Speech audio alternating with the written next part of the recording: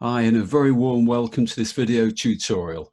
I'm Chris Watson from Endor Learn and Develop, and we're a specialist provider of behaviorally based learning services.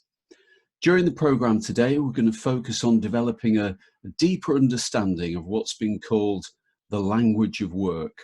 Ever mindful of the importance of these more adaptive work skills, recruiters have refined their selection practices. And this means that the good old days of let's have a flick through your CV or resume are now long gone. Most recruiters will, of course, still check that you've got the required qualifications to fulfill the expectations of a given role, although much of that can usually be identified at the application stage. But now they'll also go on to a much deeper exploration of your own approaches and work preferences. And this is to see if there's a good fit, a synergy between you and the wider team or the wider organization. And competency-based interviewing is often used to explore this.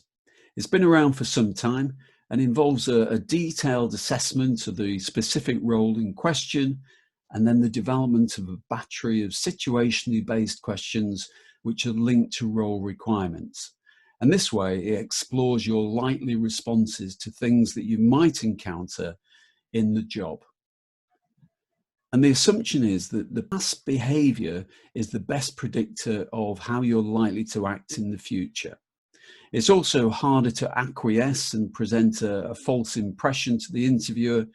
And critically, it provides them with an evidence base that they can then rate and score.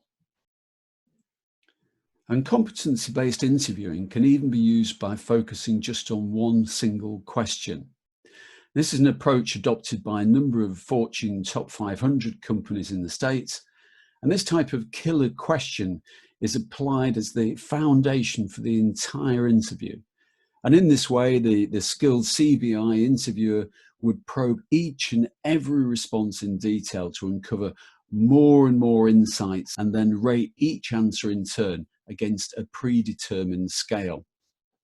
And here's another behaviorally based technique called the question evidence learning method, or QEL.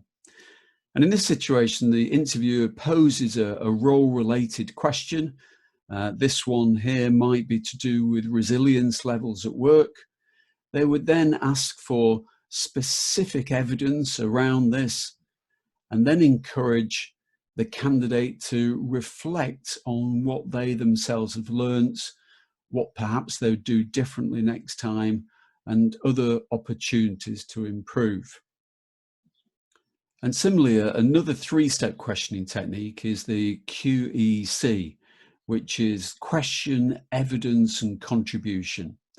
And contribution is all about what recruiters are after, i.e. opportunities to identify attributable behavior to that person. And it's based again on the assumption that past performance is a reliable indicator of future potential.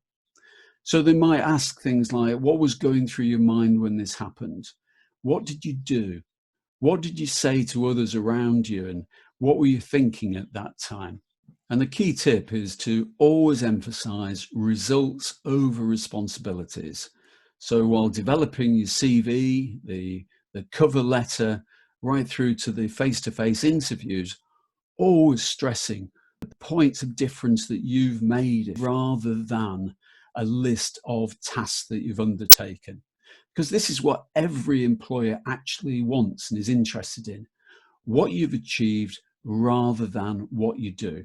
Because the interview is thinking, how will this person make a difference to our organization if we employ them? If we just take a look at these two responses to the same broad question, it's so clear that the second answer is far more powerful. So this brings us to the end of this short tutorial on the skills employers value the most. And I hope that you've picked up some valuable insights and ideas which can be applied during your career. If you would like any more information on anything that we've covered, or would like to share some of your own experiences, please get in touch via the endorlearning.com website, and I'll do my best to get back to you. And once again, many thanks for watching.